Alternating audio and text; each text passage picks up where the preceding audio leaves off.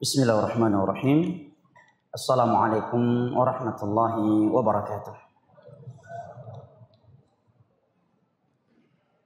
Alhamdulillah, wassalatu wassalamu ala rasulillah wa ala alihi wa sahbihi wa sallama tasliman katsira, amma ba'd.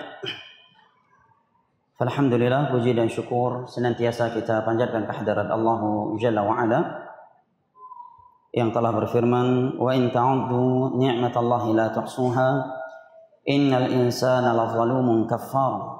Dan kalaulah kalian ingin menghitung-hitung akan nikmat Allah atas kalian, la tuhsuha, niscaya kalian tidak akan mampu menghitungnya. Innal insana lazalumun kaffar, sesungguhnya manusia itu pelaku kezaliman dan kekufuran. Alhamdulillah atas berkat nikmat kesehatan dan kesempatan setelah hidayah taufik dari Allah Jalla wa Ala, sehingga kita dapat berjumpa dan berkumpul kembali di rumah Allah Jalla wa Ala yang mulia ini pada kajian tafsir Al-Quranil Azim karya Al-Imam Ibnu Katsir rahimahullahu ta'ala. Maka kita memohon kepada Allah sebagaimana Ia telah mengumpulkan kita saat ini pada kesempatan dan rumahnya yang mulia ini, agar kembali mengumpulkan kita di tempatnya yang paling mulia, surga firdausnya di hari kiamat kala. Amin ya rabbal alamin. Baik, Nabi sallallahu alaihi wasallam bersabda, "Wa man salaka tariqan yaltamisu fihi ilma, sahhalallahu lahu bihi tariqan ila al-jannah, wa ma ijtama'a qaumun fi baitin min buyutillah yatluna kitaballah wa yatadarasunahu fima bainahum illa nazalat alaihim sakinah wa ghashiyatuhumur rahmah wa haffathumul malaikah wa dzakarahumullahu fi man 'indah." Dan barang siapa yang menempuh sebuah perjalanan dalam rangka menuntut ilmu agama, niscaya Allah akan mudahkan baginya jalan menuju surga. Dan tidaklah ada sebagian manusia berkumpul di rumah Allah mempelajari agama Allah sesama mereka, melainkan akan turun kepada mereka as-sakinah, ketenangan ilahi, wa ghasyiyatuhumur rahmah, tercurahkan kepada mereka rahmat ilahi, wa haffathumul malaikah, malaikat-malaikat Allah meliputi mereka, wa dzakarahumullahu fi man 'indah, dan nama-nama mereka disebut-sebut oleh Allah Jalla wa Ala di hadapan malaikat-malaikat yang ada di sisinya. Jamaah yang dimuliakan Allah rahimani wa rahimakumullah, berikut ini Al-Imam Ibnu Katsir rahimahullahu taala akan menerangkan kepada kita firman Allah Jalla wa Ala, alladzina yu'minuna bil ghaibi wa yuqimuna as-salata wa mimma razaqnahum yunfiqun. Kata Imam Ibnu Katsir, kita simak terlebih dahulu apa yang beliau uraikan. Qala Abu Ja'far Ar-Razi 'an Al-'Ala ibn Usayd ibn Rafi' an Abi Ishaq an Abi Al-Ahwas an Abdullah qala al-iman at-tasdiq. Wa qala Ali ibn Abi Talha wa ghayru 'an Ibn Abbas radhiyallahu anhuma yu'minuna ay yusaddiqun. Wa qala Ma'mar an Zuhri al-iman ay al-'amal. وقال أبو جعفر الرازي عن الربيع بن أنس يؤمنون أي يخشون. قال ابن جرير وغيره والأولى أن يكونوا موصوفين بالإيمان بالغيب قولا واعتقادا وعملا. قال وقد تدخل الخشية لله في معنى الإيمان الذي هو تصديق القول بالعمل، والإيمان كلمة جامعة للإقرار بالله وكتبه ورسله وتصديق الإقرار بالفعل. قلت أما الإيمان في اللغة فيطلق على التصديق المحض، وقد يستعمل في القرآن والمراد به ذلك، كما قال تعالى يؤمن بالله ويؤمن للمؤمنين، وكما قال إخوة يوسف لأبيه وما أنت بمؤمن لنا ولو كنا صادقين. وكذلك إذا استعمل مقرونا مع الأعمال كقول إلا الذين آمنوا وعملوا الصالحات والتين. فأما إذا استعمل مطلقا فالإيمان الشرعي المطلوب لا يكون إلا اعتقادا وقولا وعملا.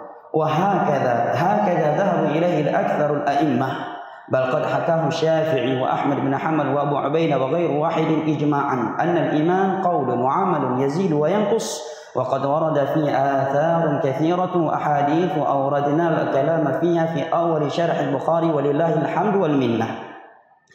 Kata Imam Ibnu Katsir rahimahullahu taala bahwa ini maksud dengan yu'minuna bil ghaib, kata beliau adalah al-iman at-tasdiq.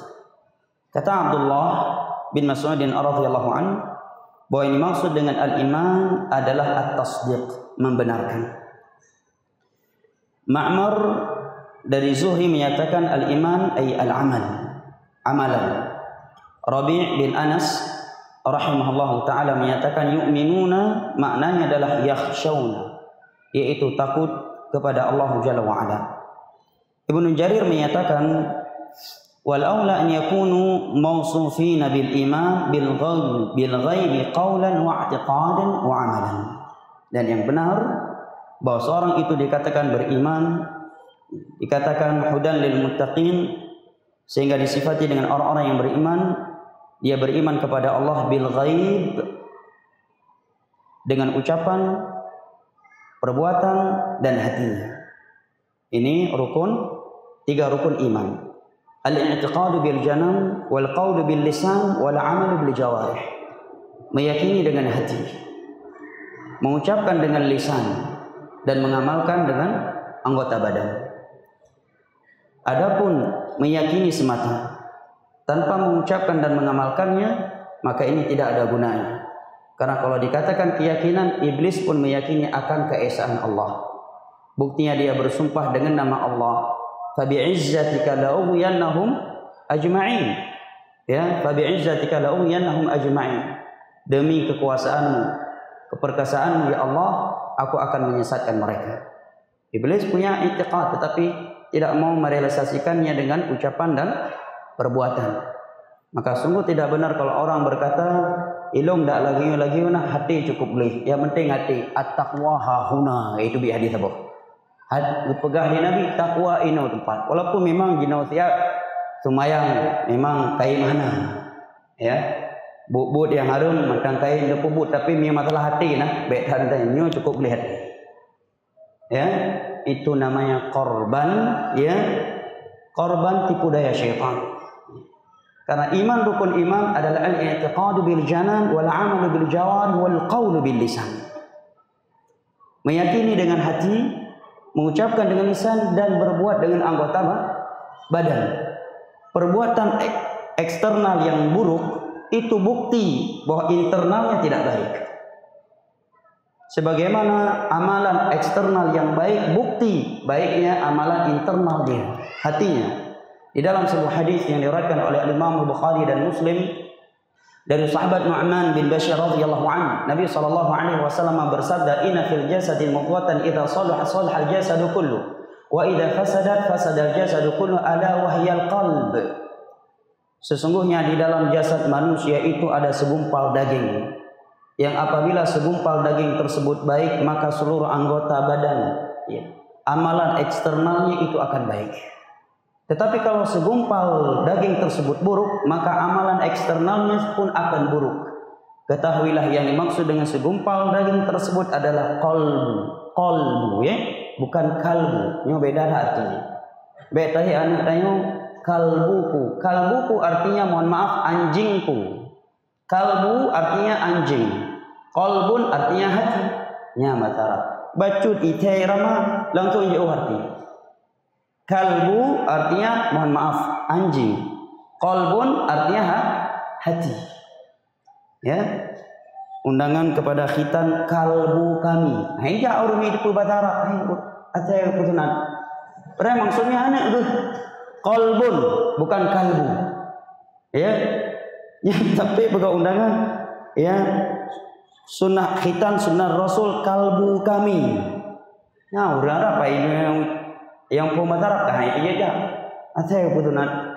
Padahal maksudnya anaknya, hatinya, maka qalbu bukan kalbu. Ya. Qalbu pakai qaf bukan kaf. Nah, bahasa Arab bacut matan tilap ibtah cukup yo. Nah. Ini rukun, 3 rukun iman. Keyakinan dengan hati, ucapan dengan lisan, dan berbuat dengan anggota badan. Keyakinan semata tidak cukup. Atau dia mengucapkan dan mengamalkan tetapi hatinya tidak mau meyakininya, maka sama dengan orang-orang munafik. Mereka sholat di belakang Nabi, ikut jihad bersama Nabi, umrah haji bersama Nabi, duduk di majelisnya Nabi, tetapi hatinya benci terhadap Nabi, benci terhadap Islam. Yudhirunal khaira wa yubtinuna syarr, menampakkan kebaikan tetapi menyembunyikan kejelekan. Maka Allah berfirman, innal munafiqina fid darkil asfali minan nar. Sesungguhnya orang-orang munafik berada di kerak api neraka. Nah, atau sebaliknya, dia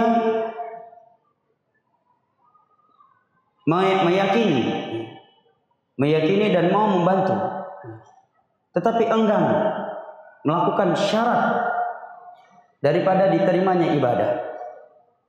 Contohnya Abu Talib, dia membantu dakwah Nabi SAW, paman beliau. Bahkan dia meyakini kebenaran ajaran Nabi SAW.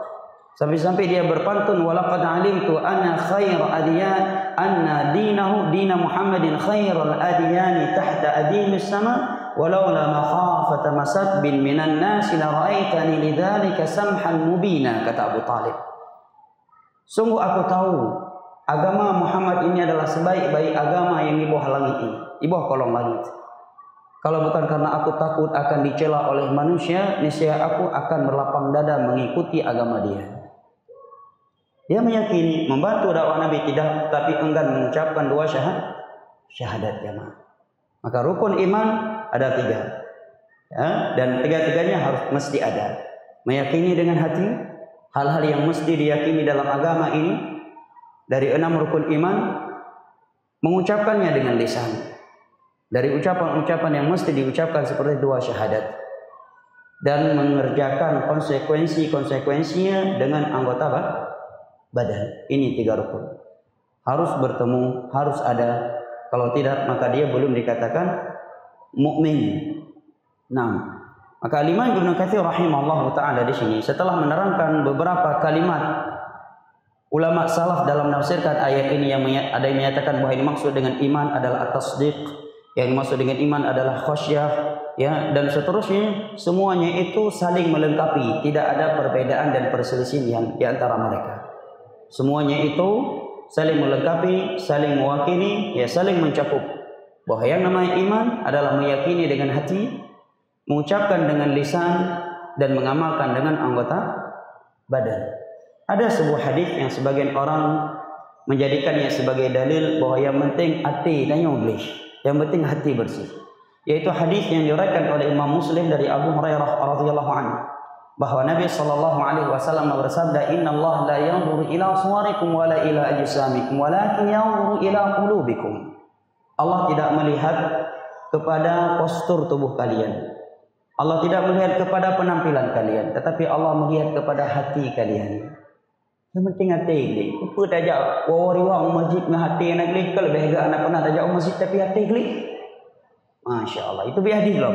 Kita malah lepas tu. Dan Nabi juga bersabda, at-taqwa hauna, nyumpat takwa itu. 3 kali Nabi menyatakan. Baik, maka kita katakan Nabi yang berkata demikian, beliau pula yang memerintahkan kita salat 5 waktu berjamaah. Beliau yang berkata demikian, dan beliau pula yang mengharamkan riba. Beliau pula yang beribadah kepada Allah, ya, sampai bengkak kaki beliau karena salat tahajud. Ini jawaban yang pertama. Bahwa ucapan Nabi juga dipahami dengan perbuatan beliau, karena perbuatan dan ucapan Nabi sama-sama sebagai sumber agama. Jawaban yang kedua, bahwa hadis Nabi di atas tadi masih ada lanjutannya, jangan dipotong. Nabi bersabda, Inna Allah la yanzuru ila suwarikum wala ila ajsamikum walakin yanzuru ila qulubikum. Dalam riwayat Imam Muslim ada tambahan wa a'malikum.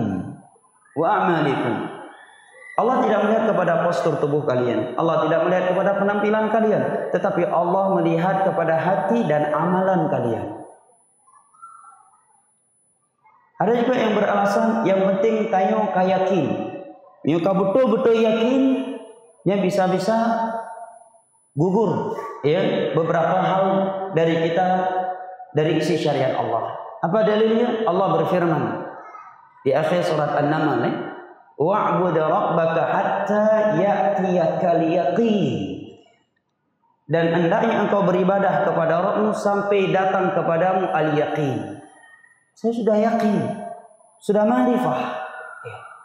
Maka kita katakan bahwa ini maksud dengan al-yaqin di situ adalah kematian. Inilah pentingnya kita memahami ayat-ayat Al-Quran dengan tafsir mereka para sahabat, para tabi'in, tabi'ut tabi'in, dan tabi'ut tabi'in. Seluruh kitab-kitab tafsir, kalau kita buka ayat ini, pada ayat ini, maka semua yang menjelaskan bahwa ini maksud dengan hatta ya'tiyakal yakin, sampai kamu yakin. Maksudnya adalah sampai kamu mati. Kamu mati baru apa ya ibadah ini. Selama mata hidup tetap ibadah. tetap taat kepada Allah dan Rasul. Nyan maksud keyakinan inan kan ma'rifah. Terbukti lagi dengan firman Allah dalam surat Al-Mudaththir. Ma salakakum fi saqar? Qalu lam nakum minal musallin wa lam nakun nut'imul miskin wa kunna nakhudu ma'al khaidin wa kunna nukadzibu biyaumiddin hatta atana al-yaqin. Di saat itu penduduk surga berkata kepada penghuni neraka, kenapa kalian jatuh ke dalam neraka sakar? Mereka pun menjawab, karena dahulunya kami tidak sholat, kami tidak mengeluarkan zakat, kami suka duduk bersama orang-orang yang memperolok-olok agama Allah. Hati-hati ini, ya, nonton komedi-komedi yang memperolok-olok agama. Dosa yang menonton dengan yang melakukan acting itu sama, karena dia membiarkan kemungkaran, ridho, ketawa lagi. Agama Allah diperolok-olok. Yang mana memperolok-olok agama salah satu dari pembatal Islam menurut kesepakatan seluruh ulama Islam. Qul abillahi wa ayatihi wa rasulihi kuntum tastahzi'un qad kafartum ba'da imanikum la ta'tadiru qad kafartum ba'da imanikum. Wa kunna nukadzibu biyaumiddin, dan dahulunya kami mendustakan hari kiamat, hatta atani yaqin, sampai datang kematian baru kami sadar. Jadi dimaksud dengan firman Allah, wa'bud rabbaka hatta ya'tiyakal yaqin, hendaknya engkau tetap beribadah kepada Allah sampai engkau yakin, maksudnya adalah kematian, bukan ma'rifah. Sebagaimana penafsiran para sahabat Nabi, para tabi'in dan tabi'ut tabi'in. Dan andai kata dikatakan kalau sudah ma'rifah berarti sudah boleh keluar dari beberapa ketentuan agama, maka kita katakan Nabi adalah manusia paling tinggi ma'rifatnya. Tetapi Nabi masih sholat 5 waktu berjamaah. Ya, Nabi juga jualan di pasar. Beliau adalah orang yang paling tinggi ma'rifatnya. Beliau juga sholat tahajud. Ya, beliau meninggalkan hal-hal yang Allah haramkan. Abu Bakar, Umar, Uthman, Ali dan para sahabat Nabi secara keseluruhan adalah manusia yang paling tinggi ma'rifat mereka. Tetapi mereka masih sholat 5 waktu berjamaah. Umar tinggal di Madinah. Luhur tetap di Madinah, Masjid Nabawi. Kai Mekah luhur. Ya. Sampai anak orang mengaku ma'rifah jika tumayang di Mekah. Ngan tinggal di Indonesia. Ibang tumayang Mekah. Imang Jumat betul. Ya, luhur ini saya sudah matang semayang duha aja. Ibadah semayang Mekah. Umar bin Khattab tetap salat Madinah. Maka ma'rifah, ya, itu menghantarkan seorang untuk semakin taat kepada Allah. Itu ma'rifah yang benar. Semakin memurnikan ketergantungan hatinya kepada Allah, semakin semangat menjalankan perintah-perintah Allah dan meninggalkan larangan-larangannya. Maka dengan ini jelaslah bagi kita bahwa ini maksud dengan al-iman adalah al-i'tiqad bil janan wal qaulu bil lisan wal amalu bil jawarih. Meyakini dengan hati, mengucapkan dengan lisan dan mengamalkan dengan anggota badan. Baik. Kemudian beliau akan menerangkan kepada kita maksud bil ghaib. Kata beliau, wa qala ba'dhum yu'minuna bil ghaib kama yu'minuna bis syahadah. Mereka beriman bil ghaib sekalipun mereka tidak melihat. Ini makna yang pertama. Sebagaimana mereka mengimani sesuatu yang mereka bisa menyaksikannya. Walaisu kama qala 'anil munafiqin. Tidak seperti halnya orang-orang munafik yang Allah firmankan, wa idza laqul ladzina amanu qalu amanna wa idza khalau ila syayatinihim qalu inna ma'akum innama nahnu mustahzi'un. Orang-orang munafik itu ketika berjumpa dengan orang-orang yang beriman, mereka bilang, kami beriman, kami cinta Allah, kami cinta Rasul. Tetapi ketika mereka kembali kepada orang-orang munafik, syayatinihim, syaitan mereka, Allah menamakan orang-orang munafik syaitan. Karena dalam bahasa Al-Quran syaitan itu ada dua macam. Syayatinil insi wal jin. Syaitan dari kalangan manusia dan syaitan dari kalangan jin. Syaitan dari kata syaitana. Secara etimologi bahasa Arab arti syaitan adalah orang yang suka melanggar, suka memberontak. Itu syaitan, syaitana. Arti syaitan. Maka manusia yang punya sifat yang sama Allah namakan dalam Al-Quran syayatinil ins, syaitan dari kalangan manusia. Allah menyatakan dan tetapi tatkala mereka kembali kepada syaitan mereka, kaum munafikin, mereka menyatakan kami bersama kalian, kalian Muhammad kamu. Ya innama mustahzi'un. Yang kamu Muhammad ya CS sekedar memperolok-olok mereka, hanya tipu muslihat saja. Bermuka dua, mukmin tidak demikian. Bebak tabah meja kopi ini dah pegah meno. Bak meja tabah kopi lain kada keluar aje. Panina aku dong ayam nukah na mangat. Kayak pakai je kopi. Do sing urang ro ni yang pai. Karena dia punya dua rival. Rival politik. Tidak demikian seorang mukmin. Nabi SAW menyatakan la yadkhulul jannata qattan. Dalam hadis yang lain Nabi menyebutkan la yadkhulul jannata dzul wajhain. Enggak akan masuk surga orang punya dua wajah. Bunglon. Mukmin itu punya jati diri, jelas sikapnya. Jangan ketika bersama orang-orang kafir dia memperolok-olok agamanya. Kemudian ketika dia melihat masyarakat di lingkungannya itu agamis, maka dia mulai menampakkan pembelaan terhadap agamanya supaya terpilih. Tidak ada yang sepele dalam agama kita dari ucapan. Semua ucapan itu tercatat dan dihisab. Ma yalfidhu min qawlin illa ladaihi raqibun atid. Semua kalimat yang keluar dari mulut kita semenjak kita berumur balik sampai mati itu tertulis dan semuanya akan dihisab. Sampai-sampai ada guru Imam Ahmad rahimahullah taala Waqi' bin Jarrah ketika sakit, beliau tidak berani menjerit. Ketika sakit kan hal yang lumrah. Itu bisa sakit. Hal ketiga menjerit. Ditanyakan kenapa enggak berani? Beliau membacakan ayat tadi, ma yalfidhu min qawlin illa ladaihi raqibun atid. Tidak ada sebuah kalimat yang keluar dari mulut melainkan ditulis oleh malaikat dan kelak akan diminta pertanggungjawabannya. Apalagi yang keluar kalimat-kalimat kufur. Mengucapkan kata selamat Natal. Subhanallah, ini hal yang sangat aneh. Apabila ada seorang yang diberi gelar profesor dengan pendidikan agamanya mengucapkan kalimat selamat Natal dan menganjurkan. Padahal Al-Imam Ibnu Qayyim rahimahullah taala menyatakan bahwa mengucapkan kalimat selamat Natal kepada orang-orang yang merayakan Natal itu sama seperti kita mengucapkan kepada mereka selamat terhadap penyembahan kalian kepada salib.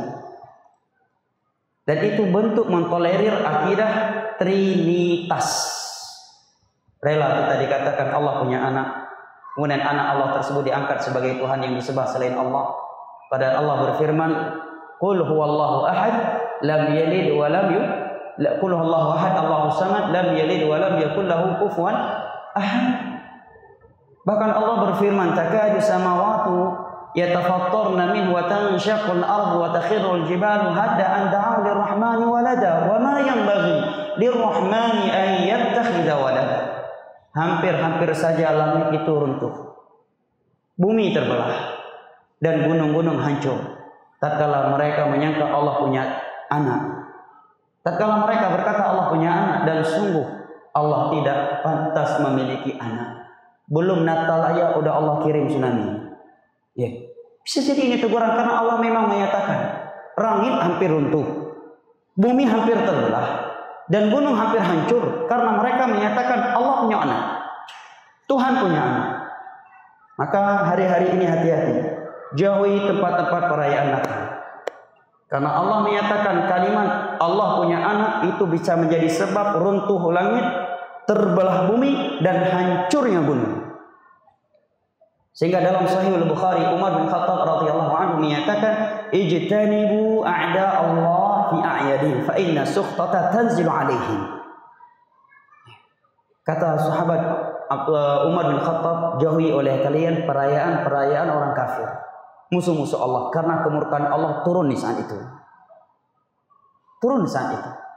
Dan Al-Imam Ibnu Qayyim menyebutkan kesepakatan seluruh ulama Islam sepanjang sejarah Islam bahwa itu adalah perbuatan yang tidak boleh. Kata beliau, wa yaf'alu dzalika man la qadra lid-din fi qalbihi wa ma 'alima qubha ma fa'al. Yang berani mengucapkan kata selamat Natal kepada orang Natal hanya orang yang tidak ada pengagungan untuk Islam di dalam hatinya. Ini ucapan Ibnu Qayyim, vonis Ibnu Qayyim. Yang berani mengucapkan hanyalah orang yang tidak lagi mengagungkan agama Islam dan dia tidak sadar keburukan ucapannya tersebut. Bahkan kata beliau, bal dzalika a'zamu itsman 'indallah min at-tahni'ah ada syurbil khamri wa zina wa qatlin nafsi wa nahwi dzalik, kata beliau. Dalam kitab beliau Ahkam Ahli Dhimmah. Imam Ibnu Qayyim menyatakan selamat Natal itu lebih buruk daripada ucapan seorang kepada yang berzina, minum khamar, kepada orang yang telah membunuh dan yang lainnya, selamat berzina, selamat minum khamar, selamat membunuh, selamat merampok. Lebih parah, lebih buruk ucapan selamat Natal. Kenapa? Ini akidah. Kalau itu sekedar maksiat. Orang yang melakukan zina kalau dia muslim tidak ada yang menghalalkannya. Tapi ini akidah, menyatakan Allah punya anak. Kok bisa seorang profesor, seorang kiai berkata demikian? Kok bisa? Jawabannya seperti ucapan Ibnu Qayyim tadi. Wa yaf'alu dzalika man la qadara lid-din fi qalbihi. Karena pengagungan terhadap Islam enggak ada lagi dari hatinya. Sudah terkotori dengan nilai-nilai politik, dengan dunia yang ingin ia kerjakan, belum tentu dia mendapatkannya. Karena Allah menyatakan man kana yuridul ajilata ajjalna lahu fiha ma nasha'u liman nurid thumma ja'alna lahu jahannama yaslaha madhmuman madhura wa man arada al-akhirata wa sa'alaha wa huwa mu'min fa ulaika kana sa'yuhum mashkura. Kata Allah Jalla wa'ala, barang siapa yang menginginkan kehidupan dunia yang sementara ini, yang segera ini, ajilah, segera, dengan mengorbankan akhirat, kami akan memberikannya, tetapi sekehendak kami. Dan kepada siapa yang kami kehendaki. Dan pada hari kiamat kami akan melemparkan dia ke dalam neraka jahanam dalam keadaan hina. Dan azab dalam neraka paling ringan sekecil-kecil dosa. Andai kata Allah mengazab kita dengan dosa kecil tersebut adalah diletakkannya 2 bara api di bawah kaki seorang hamba, kemudian meleleh dan mendidih otaknya, jemaah. Sebagaimana dalam hadis riwayat Al-Imam Al-Bukhari dari Nu'man bin Bashir radhiyallahu anhu. Jadi masalah kalimat ini enggak ada yang sepele. Kan sekedar kalimat biasa kok. Cuma setahun sekali kita ucapkan. Kata Nabi sallallahu alaihi wasallam, "Wa innal 'abda la yatakallamu bi kalimatin la yulqi laha balan yahwi biha fi nari jahannam 70 kharifa." Hadis Bukhari Muslim dari Abu Hurairah radhiyallahu anhu. Terkadang seorang hamba mengeluarkan sebuah kalimat dari mulutnya, dia anggap sepele itu kalimat. Padahal kalimat tersebut menjadi sebab dia dilemparkan ke dalam neraka jahanam yang lamanya ketika dia dilemparkan seperti 70 tahun di dunia ini. Gak ada yang sepele dari kalimat. Oke, kaidah masalah mulut ini, kaidahnya kata Nabi, "Man kana yu'minu billahi wal yawmil akhir falyakun khairan aw liyasmut." Barang siapa yang punya iman kepada Allah dan punya iman kepada hari akhirat, hendaknya dia berkata kalau baik, kalau enggak baik diam. Itu kaidah dalam mulut. Baik, ya. Orang-orang munafik coba lihat, mereka memperolok-olok agama. Ketika bersama Nabi dan kaum muslimin memuji Islam. Ketika bersama orang-orang munafik, mereka memperolok-olok Nabi dan kaum muslimin. Itu ciri orang-orang munafik. Allah juga berfirman, "Wa idza ja'akal munafiquna qalu nashhadu innaka la rasulullah wallahu ya'lamu innaka la rasuluh wallahu yashhadu innal munafiqina lakadzibun." Dan ketika orang-orang munafik datang kepadamu, mereka berkata, "Kami bersaksi bahwa engkau adalah utusan Allah, wahai Nabi Muhammad." Manis kan? Manis kan ucapan mereka. Kami bersaksi engkau adalah utusan Allah. Maka kata Allah, "Wallahu ya'lam." Allah sudah tahu memang engkau adalah utusan Allah. Wallahu yashhadu innal munafiqina lakadzibun. Dan Allah mempersaksikan bahwa orang-orang munafik adalah para pendusta. Mengambil manfaat ya keindahan agama Islam untuk dunia mereka. Bahkan kata Allah, "Wa idza ra'aitum tu'jibuka ajsamuhum wa in yaqulu tasma' liqaulihim ka'annahum khushubun musannadah." Kalau kamu melihat penampilan orang-orang munafik itu, kamu kagum. Ya, apalagi bahaya. Ya, menjelang-jelang hari-hari politik, kafir pakai kopiah agama. Ya, orang kafir mulai bicara insya Allah, masya Allah, padahal dia non muslim. Hati-hati. Wa idza ra'aitahum tu'jibuka ajsamuhum wa yaqulu tasma' liqaulihim. Penampilan mereka membuat kamu kagum. Kalau mereka berbicara, kamu tersentuh, histeris. Ya, bahasanya luar biasa, lembut, santun, ya, orasinya luar biasa. nasi yang sudah basi bisa berasap kembali. Monyet yang ada di pohon kelapa kalau mendengar dia berbicara bisa jatuh tersungkur sujud di hadapan lututnya. Wa yaqulu tasma' liqaulihi. Itu ciri orang-orang munafik. Maka agar kita tidak tertipu dengan omongan manusia, maka hendaknya kita jadikan Al-Quran dan hadis dengan pemahaman para sahabat Nabi sebagai dasar agama kita. Segala ucapan, perbuatan, aksi yang bertentangan dengan dasar ini, kita menolaknya dan tidak akan menerimanya. Maka kita tidak akan pernah sesat selama-lamanya. Kata Nabi SAW, "Lan tadhillu ba'di ma tamassaktum bihima." Wahai umatku, wahai para sahabatku, kalian tidak akan sesat sampai hari kiamat selama kalian berpegang teguh dengan Al-Quran dan hadis-hadisku. Dalam surat Al-Baqarah Allah firman, "Fa in amanu bimithli ma amantum bihi faqad ihtadaw wa in tawallaw fa innama hum fi shiqaq fasayfikahumullah wa huwas samiul alim." Maka apabila manusia itu beriman, beragama sebagaimana kalian ketika ayat ini turun adalah para sahabat Nabi, maka mereka akan berada di atas hidayah. Tetapi kalau mereka berpaling, maka mereka akan celaka. Ya, ini perbedaan munafik dengan mukmin. Baik, kita masuk kepada diskusi dan kita lanjutkan pada pertemuan mendatang.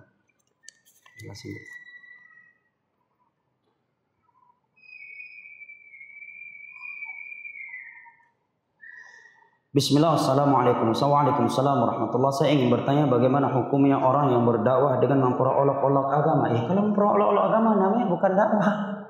Ya kan? Dakwah itu apa? Allah terangkan prinsip dakwah Nabi di akhir surat Yusuf. Di akhir surat Yusuf. Saya nggak hafal nomor ayatnya. Di halaman terakhir surat Yusuf Allah menyatakan, "Qul hadhihi sabili ad'u ila Allah ala basiratin ana wa man ittaba'ani wa subhanallah wa ma ana minal musyrikin." Katakanlah wahai Nabi Muhammad, hadhihi sabili, inilah jalanku. Ad'u ila Allah, aku mengajak manusia kepada Allah. Nah, memperolok-olok agama Allah apakah bentuk mengajak manusia kepada Allah? Ad'u ila Allah, aku mengajak manusia kepada Allah untuk mentauhidkan Allah, memurnikan ketergantungan hati mereka kepada Allah, tidak lagi melahap berkah ke tempat-tempat keramat, bermitos, beranggapan sial dengan suatu kejadian, waktu dan tempat. Dengan menjalankan perintah-perintah dan meninggalkan larangannya, ala basirah, di atas ilmu yang berdasarkan wahyu dari Allah. Kalau kita ya berdasarkan Al-Quran dan hadis dengan pemahaman para sahabat Nabi. Wa subhanallah, dan maha suci Allah. Memperolok-olok agama Allah bertentangan dengan kalimat subhanallah. Wa ma ana minal musyrikin, dan aku bukan dari pelaku kesyirikan. Dan Allah menyebutkan dalam surat At-Taubah bahwa di antara pembatal Islam adalah memperolok-olok agama. Walaupun dia tidak berpendapat halal perbuatan tersebut, tetapi dia tahu itu perbuatan nggak boleh, tetap saja dia melakukannya. Allah menyatakan, "Qul abillahi wa ayatihi wa rasulihi kuntum tastahzi'un la ta'tadiru qad kafartum ba'da imanikum." Katakanlah wahai Nabi Muhammad, apakah dengan Allah, dengan Rasulnya, utusan Allah ada dua. Allah yastafi Allah yastafi minal malaikati rusulan wa minan nas. Utusan Allah dari kalangan malaikat atau dari kalangan manusia yang disebut para nabi dan para rasul. Apakah dengan Allah, utusan-utusannya, ayat-ayatnya? Ayat Allah terbagi menjadi dua, ayat kauniyah dan ayat syar'iyah berupa Al-Qur'anul Karim dan wahyu yang Allah turunkan kepada nabi yang disebut dengan hadis-hadis Nabi sallallahu alaihi wasallam. Kalian memperolok-oloknya, la ta'tadiru, jangan banyak beralasan. Qad kafartum, kalian sudah murtad setelah kalian beriman. Yang macam-macam jemaah masalah memperolok-olok agama. Harus kita jaga anak kita dari pembatal Islam agama ini. Sebagian orang sekarang mencari nafkah dengan cara komedi. Berarti maknanya apa? Mencari uang dengan membatalkan Islam ini. Yang memperolok-olok agama di acara televisi komedi sekarang bukan orang-orang di luar Islam. Mereka anak-anak kaum muslimin. Siapa yang salah? Orang tua mereka. Dari kecil tidak dididik akidah yang benar sehingga mereka seperti itu. Kalau Islam sudah batal, nggak ada gunanya dia sholat 5 waktu. Walaupun dia haji, bersedekah. Sebagai contoh, kalau jamaah yang dimuliakan Allah membuka kitab Sahih Muslim, kitab Al-Iman, jamaah akan mendapatkan hadis yang pertama adalah hadis yang sangat panjang dari Abdullah bin Umar. Ketika beliau ditemui oleh beberapa masyarakat Irak, dan beliau sedang tawaf di Ka'bah. Maka mereka menyampaikan kepada beliau bahwa di Irak ada tokoh agama, orang yang soleh, ahli ibadah, yang bernama Ma'bad al-Juhani. Tetapi dia punya keyakinan innal amra unuf. Segala sesuatu itu diketahui oleh Allah kalau telah terjadi. Kalau belum terjadi Allah nggak tahu. Ini namanya mengingkari salah satu dari 4 rukun iman kepada takdir, yaitu ilmu Allah kepada sesuatu yang telah, yang sedang, yang akan terjadi, dan terhadap sesuatu yang tidak mungkin terjadi. Andai kata terjadi, Allah Maha mengetahui. Dia menyatakan Allah tahu kalau sudah terjadi. Apa kata Abdullah bin Umar, sahabat Nabi, di depan Ka'bah beliau dengan tegas menyatakan, akhbirhum anni bari'um minhum wa annahum bura'a'u minni walau annahum anfaqu mithla Uhudin dhahaba lama qabilahu Allah minhum hatta yu'minu bil qadar. Sampaikan kepada mereka bahwa saya Abdullah bin Umar bukan dari mereka dan mereka bukan dariku. Imam Nawawi menerangkan ketika mensyarah hadis ini dalam kitabnya Al-Minhaj, syarah Sahih Muslim, ini menunjukkan bahwa Abdullah bin Umar menganggap mereka murtad, bukan muslim lagi. Karena kalau tidak, nggak boleh seorang berlepas diri dari saudara muslim. Katakan kepada mereka, kata Abdullah bin Umar, aku bukan dari mereka, mereka bukan dariku. Dan sampaikan kepada mereka, andai kata mereka menginfakkan emas sebesar gunung Uhud, Allah nggak akan menerimanya dari mereka sampai mereka beriman kepada takdir. Akidah mereka innal amra unuf, Allah mengetahui sesuatu kalau sesuatu itu telah terjadi, itu baru dikatakan takdir. Kalau belum terjadi bukan takdir namanya. Boleh anggap mereka belum beriman kepada takdir. Akidah sangat fatal jemaah. Apabila ada satu akidah yang bisa membatalkan Islam, sia-sia seluruh salat 5 waktu. Ya, sia-sia seluruh ibadah walaupun dia salat 5 waktu. Ya. Contohnya misalkan dia mau perolok-olok agama, dia sholat 5 waktu, dia haji, nggak ada manfaatnya. Wa qadimna ila ma amilu faj'alnahu haba'an mansura. Pada hari kiamat kami kumpulkan seluruh ibadah-ibadah yang telah mereka kerjakan, kemudian kami jadikan debu yang berterbangan. Dalam surat At-Taubah Allah menyatakan, wa ma manhum an tuqbala nafaqatuhum illa annahum kafaru billah. Tidaklah sedekah-sedekah mereka itu ditolak, tidak diterima oleh Allah, melainkan karena mereka sudah kufur. Dan Allah sebutkan tadi dalam surat At-Taubah, qul abillahi wa ayati wa rasuli kuntum tastahzi'un la ta'tadiru qad kafartum ba'da imanikum. Bahwa salah satu dari pembatal Islam kekufuran adalah memperolok-olok agama. Dan terkadang jamaah sebagian kita jatuh ke dalam hal ini dan dia tidak sadar. Jangan dikira sekedar para komedi saja yang perolok-olok agama. Terkadang seorang dia tidak sadar telah memperolok-olok jenggot yang itu merupakan syiar Islam di warung kopi sambil mayang nyunah jenggot nah ya berjenggot ya Yahudi pi berjenggot punya la haula wala quwata illa billah. Para ulama menyebutkan barang siapa yang memperolok-olok jenggot dan dia tahu jenggot adalah syiar Islam, Nabi berjenggot, hadis-hadis Nabi cukup banyak yang memberitakan para lelaki untuk membiarkan jenggot. Ini salah satu bentuk memperolok-olok agama Allah yang itu merupakan pembatal Islam. Itu dibahas oleh para ulama dalam pembahasan nawaqidul Islam, pembatal Islam. Kalau kita tidak mampu ya diam, baik-baik istighfar. Ya. Terkadang di meja kopi, nggak terkontrol karena sudah lama duduk di warung kopi, ya apa yang akan bahasa Aceh, cangboh panah. Ya, awak medan pekah bakar hutan. Ya, karena mau moholi materi pembahasan. Akhirnya masalah agama jadi bahan canda. Jangan jemaah. Masalah agama masalah serius. Enggak ada yang enggak serius masalah agama. Mau bercanda cari materi lain. Jangan ada kaitan sama agama. Kalau udah masalah agama prinsipnya wajahidu fillahi haqqa jihadi. Hendaknya kalian selalu bersikap serius di jalan Allah Subhanahu wa taala. Jangan pernah bercanda dengan masalah agama. Nah, dengan nama malaikat, dengan nama nabi, dengan isi syariat Islam. Nah, wallahu a'lam bishawab. Ada yang lain dari jamaah?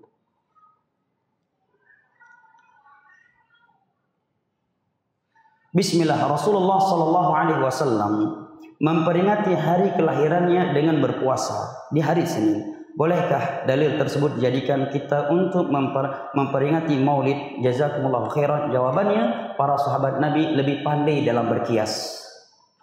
Ya, mereka orang yang paling ahli dalam ilmu kias, tapi mereka tidak pernah mengkiaskan puasanya Nabi di hari Senin karena itu hari kelahiran beliau untuk merayakan hari kelahiran beliau. 23 tahun Nabi tidak melakukannya. Mungkin tua gitu. Mungkin gabung tuh 20 lah itu. Ya, para sahabat dengan 4 generasi, 4 khilafah ar-rasyidun, semuanya tidak. Tabi'in tidak, tabi'in enggak. Khutbah mazhab tidak. Baru datang setelah abad kedua Hijriah lewat, datang sekte Fatimiyah Syiah. Yang disebut oleh para ulama mereka lebih kafir daripada Yahudi dan Nasrani berpuasa di saat itu. Ya, berpuasa di saat itu di Mesir. Mereka yang pertama kali merayakan hari kelahiran Fatimah, makanya mereka disebut dengan Fatimiyah, Hasan Husain dan sekaligus Nabi sallallahu alaihi wasallam. Dan para ulama menyebutkan di zaman yang Salahuddin Al-Ayyubi beliau musnahkan itu. Beliau musnahkan itu dan beliau tidak menyetujuinya. Semuanya dilarang untuk merayakan kelahiran Nabi sallallahu alaihi wasallam. Sampai datang iparnya seorang raja juga Abul Mudhaffar, baru dia kembali menghidupkan hal tersebut setelah dihilangkan oleh Muhammad Salahuddin Al-Ayyubi. Dan andai kata itu baik, tentu para sahabat akan lebih terdepan dalam hal tersebut.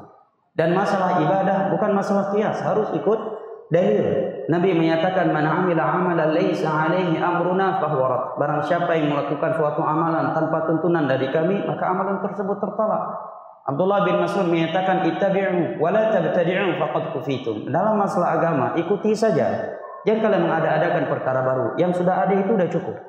Ya, yang kana matang ni betul-betul hai dapubut, hai dapubut. Pupu dia pernah yang hana gayu pubut.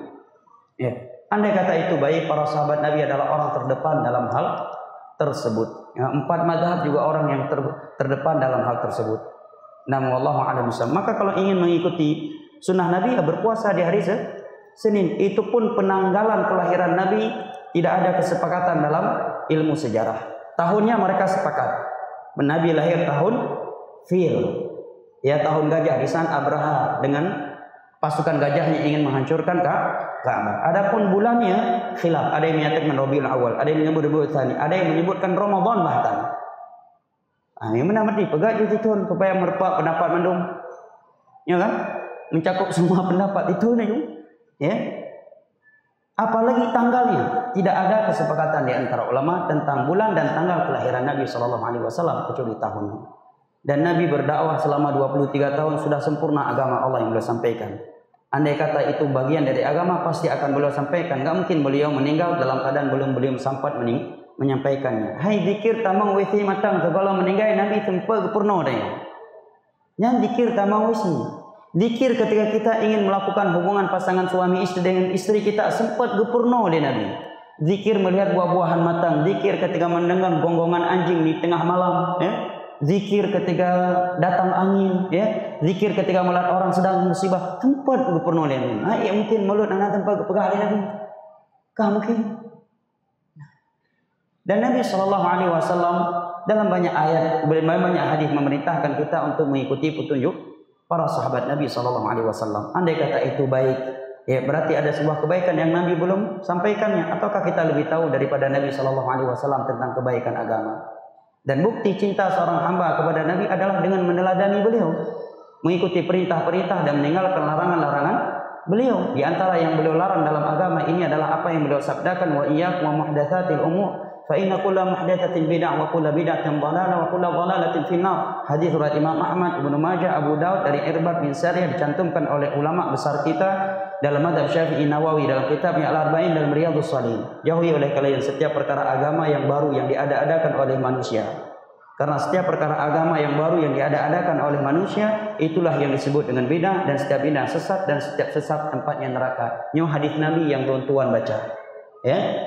Umum, saya cuma sekedar membaca dan menerjemahkan hadis Nabi tanpa menunjukkan batang hidung orang, sehingga tidak layak dikatakan ekstrim orang yang menyampaikan hadis Nabi. Karena sekedar menyampaikan dan menerjemahkan tanpa menunjuk batang hidung orang, yang bid'ahnya tetap. Yang baru ekstrim, ya kan cuma membaca dan menerjemahkan hadis. Wallahu a'lam bishawab.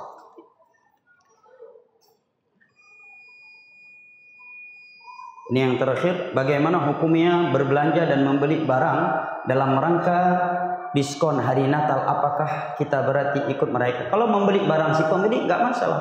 Dia lihat ada kesempatan harga murah. Tetapi bagi si pemilik toko tidak pantas melakukannya.